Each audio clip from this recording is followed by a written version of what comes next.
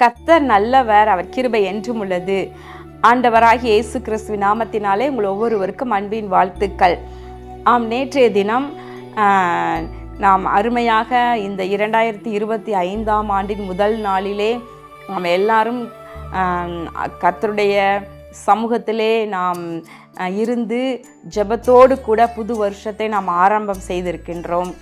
விசேஷமாக இந்த 2025ஆம் ஆண்டு நமக்கு ஆசீர்வாதமான மற்றும் சமாதானமான சந்தோஷமான ஆண்டாக இருக்க வேண்டும் என்றே நம்முடைய விருப்பமாக இருக்கிறது. கர்த்தர் அப்படியே நமக்கு செய்வாராக. நமக்கு கொடுத்திருக்கின்ற வாக்கு தத்தம் அருமையான வாக்கு தத்தம். எரேமியா 33:3, நீ அறியாததும் உனக்கு எட்டாததுமான பெரிய காரியங்களை உனக்கு அறிவிப்பேன் என்று அருமையான வாக்கு தத்தத்தை கர்த்தர் சொல்லியிருக்கின்றார்.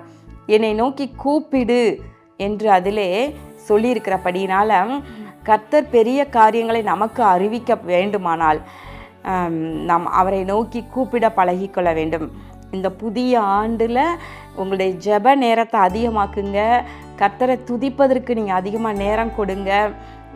இந்த புதிய வருடத்தில் புதிய தீர்மானங்களோடு கூட நீங்கள் ஜெபத்தோடு உங்கள் காரியங்களை எல்லாம் செய்யுங்க. கர்த்தர் அதை வாய்க்க பண்ணுவார். இன்றைக்கு நாம் தியானிக்கும் வசனம் சங்கீதம் 106:1, அல்லேலூயா, கர்த்தரை துதியுங்கள், அவர் நல்லவர், அவர் கிருபை என்றும் உள்ளது. அருமையான துதி. இது விசேஷமாக இந்த ஆண்டினுடைய ஒவ்வொரு நாளும் ஒவ்வொரு அருமையான வசனத்தை தேவ சமூகத்திலே நான் உபவாசத்தோடு நான் காத்திருந்து ஜெபம் பண்ணி பரிசுத்த ஆவியானவருடைய ஒத்தாசையோடு தெரிவு செய்து 2025ஆம் ஆண்டு கேலண்டரை நாங்கள் அச்சிட்டிருக்கிறோம். அதிலே அந்த கேலண்டரினுடைய மேல் பகுதியில் இருக்கிற முக்கிய வசனங்கள் 6 வசனங்களை சகோதரனோடு கர்த்தர் இடைப்பட்டு அப்படியே சொன்ன வசனங்களை நாங்கள் அதில் அச்சிட்டிருக்கிறோம். இந்த கேலண்டர் உங்களுக்கு ஆசீர்வாதமாக இருக்கும். இதை தேவ பிள்ளைகள் நீங்கள் பெற்றுக்கொள்ளுங்கள். ஆசீர்வாத டிவி நேயர்கள் உங்களுக்கு மற்றும் யூடியூப் மூலமாய் பார்க்கிற தேவ பிள்ளைகள் உங்களுக்கு இந்த கேலண்டர் வேண்டுமென்றால் நான் கீழ்காணும் எண்ணுக்கு நீங்கள் தொடர்பு கொள்ளும்படி அன்போடு கூட கேட்டுக்கொள்கின்றேன். இதில் உள்ள ஒவ்வொரு வசனத்தையும் தான் ஒவ்வொரு நாளும் இன்றைய மன்னா என்கிற பெயரிலே சற்று அதை விளக்கி சொல்லுகின்றேன். அநேகருக்கு பிரயோஜனமாக இருந்து வருகிறது என்று உங்களிடமிருந்து தொலைபேசி மூலமாகவும் மற்றும் நேரில் பார்க்கும் பொழுதும் ஏராளமான பேர் சொல்லிக்கொண்டே இருக்கிறீங்க. இந்த இன்றைய மன்னா என்கிற இந்த நிகழ்ச்சியை, இந்த வசனத்தை பார்க்கும்படி உங்களுடைய அருமையானவர்களுக்கு இதை நீங்கள் இன்ட்ரோடியூஸ் பண்ணி வைக்கலாம். ஒருவேளை யூடியூப் மூலமாய் பார்க்கிறவங்க எங்களுடைய அன்பானவர்களுக்கு நீங்கள் ஷேர் பண்ணுங்கள். ஒவ்வொரு வசனமும் உங்களுக்கு பிரயோஜனமாக இருக்கிறது என்றால் நீங்கள் அன்றன்றைக்கு நீங்கள் அதை லைக் பண்ணுங்கள். அப்போ நான் இது உங்களுக்கு பிரயோஜனமாக இருக்கிறது என்று சொல்லி கர்த்தருக்கு நான் ஸ்தோத்திரம் செலுத்துவேன், கர்த்தருக்கு மகிமையை செலுத்துவேன். பிரியமானவர்களே, இந்த முதல் 7 நாட்கள் வசனம் கர்த்தரை மகிமைப்படுத்தும்படி, கர்த்தரை உயர்த்தும்படியாக இருக்கும். இந்த 2வது நாளில், இது ஜனவரி 2, இந்த 2வது நாளிலே பாருங்கள், கர்த்தரை துதியுங்கள், அவர் நல்லவர், அவர் கிருபை என்றும் உள்ளது. வேதாகமத்தில் பல இடங்களில் நம்ம பார்க்கின்றோம், கர்த்தரை துதியுங்கள், அவர் நல்லவர், அவர் கிருபை என்றும் உள்ளது என்கிறதான துதி ஏறக்குறைய தேவ ஜனம் அவ்வப்போது அடிக்கடி சொல்லுவதை நாம் பார்க்கின்றோம். ராஜாக்கள் காலத்தில் இஸ்ரவேல் ராஜாவானாலும் யூதாவின் ராஜாவானாலும் கர்த்தரை துதிப்பதற்கு, தம் ஜனத்தை துதிக்க வைக்க, ஒரு யுத்தம் என்றால் கர்த்தரை இப்படி சொல்லிதான் துதிக்க பாடகர்களை நிறுத்தினார்கள் என்று பார்க்கின்றோம். அவருடைய கிருபை என்றும் உள்ளது, அவருடைய கிருபை என்றும் உள்ளது என்று நாம் சொல்லும் பொழுது அதை நாம் சத்துருக்களுக்கு முன்பதாக அறிக்கை பண்ணுகிறோம். இன்னொன்று, தேவனுடைய கிருபையை நாம் பெற்றுக்கொண்ட நாம் அதை அனுபவித்து, அதை ருசித்து, அதனால் நம்ம கர்த்தருக்கு மகிமை செலுத்தும் வண்ணம் திரும்பவுமா நம்ம அதை சொல்லி அவரை மகிமைப்படுத்துகின்றோம். எனவே இந்த நாட்களில் விசேஷமாக நீங்களும் கூட உங்களுக்கு தோணும் பொழுதெல்லாம் கர்த்தர் நல்லவர், அவர் கிருபை என்றும் உள்ளது என்று சொல்ல பழகி கொள்ளுங்கள். பிரியமானவர்களே, பாருங்கள் 2வது வசனம், கர்த்தருடைய வல்லமையான செய்கைகளை சொல்லி அவருடைய துதியை எல்லாம் பிரஸ்தாபப்படுத்தத்தக்கவன் யார்? இங்கு பாருங்களேன், கர்த்தருடைய வல்லமையான செய்கைகளை நம்ம சொல்லவும், அவருடைய துதியை எல்லாம் பிரஸ்தாவப்படுத்தத்தக்கவன் யார் என்று வசனம் சொல்லுகிறது. அப்போ தேவன் இதை விரும்புகின்றார். அவருடைய வல்லமையான செய்கைகளை எல்லாம் சொல்லுவதற்காக நம்மை உண்டாக்கி இருக்கின்றார்.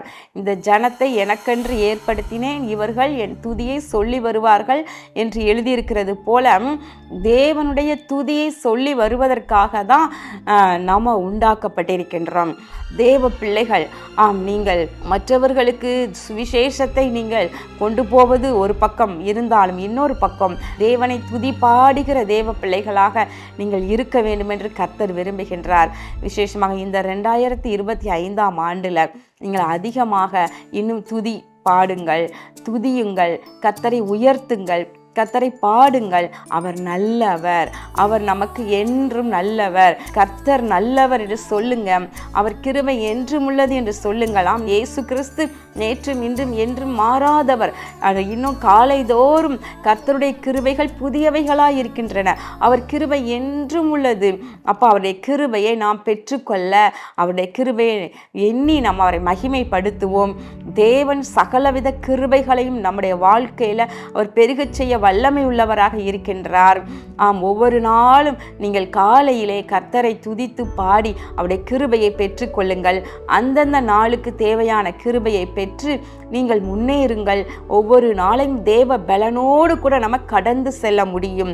என்னை பலப்படுத்துகிற கிறிஸ்துவினாலே எல்லாவற்றையும் செய்ய எனக்கு பலனுண்டு என்று எழுதியிருக்கிறது போல அவருடைய கிருபையை சொல்லி கர்த்தரை மகிமைப்படுத்தி நாம் ஒவ்வொரு நாளும் பலப்பட்டு நாம் பெரிய காரியங்களை கர்த்தருக்குள்ள செய்ய முடியும்.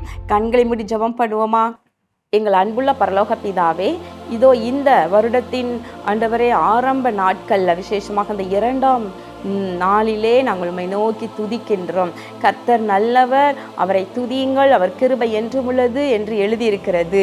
இதோ இஸ்ரவேல் குடும்பத்தாரே நீங்கள் கர்த்தரை துதியுங்கள், லேவி குடும்பத்தாரே கர்த்தரை துதியுங்கள், ஆரோன் குடும்பத்தாரே கர்த்தரை துதியுங்கள், கர்த்தருக்கு பயப்படுகிற பெரியோரே சிறியோரே கர்த்தரை துதியுங்கள் என்று எழுதியிருக்கிறது போல இதோ தேவ ஜனம் கர்த்தரை இப்படியாய் துதிப்பதாக, கர்த்தருக்கு ஊழியம் செய்கிறவர்களும் இப்படியாய் துதிப்பார்களாக.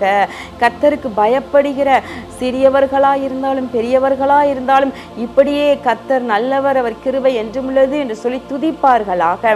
இந்த புதிய ஆண்டு உடைய பிள்ளைகளுக்கு நன்மைகளின் ஆண்டாக இருப்பதாக. துதிக்கிற உடைய பிள்ளைகளுடைய கரம் ஆண்டவரை சத்துருக்களின் மேல் ஓங்கி இருப்பதாக. தன் சகோதரர்களுக்கு நடுவிலே புகழப்படுவார்களாக.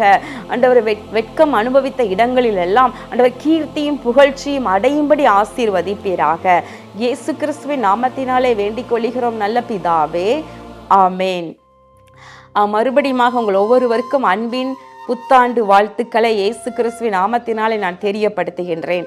கர்த்தர் இந்த ஆண்டு உங்களுடைய காரியங்களை, உங்களுடைய செய்கைகளை எல்லாம் வாய்க்க பண்ணுவாராக, ஆசீர்வதிப்பாராக, பெருக்கத்தை கட்டளையிடுவாராக.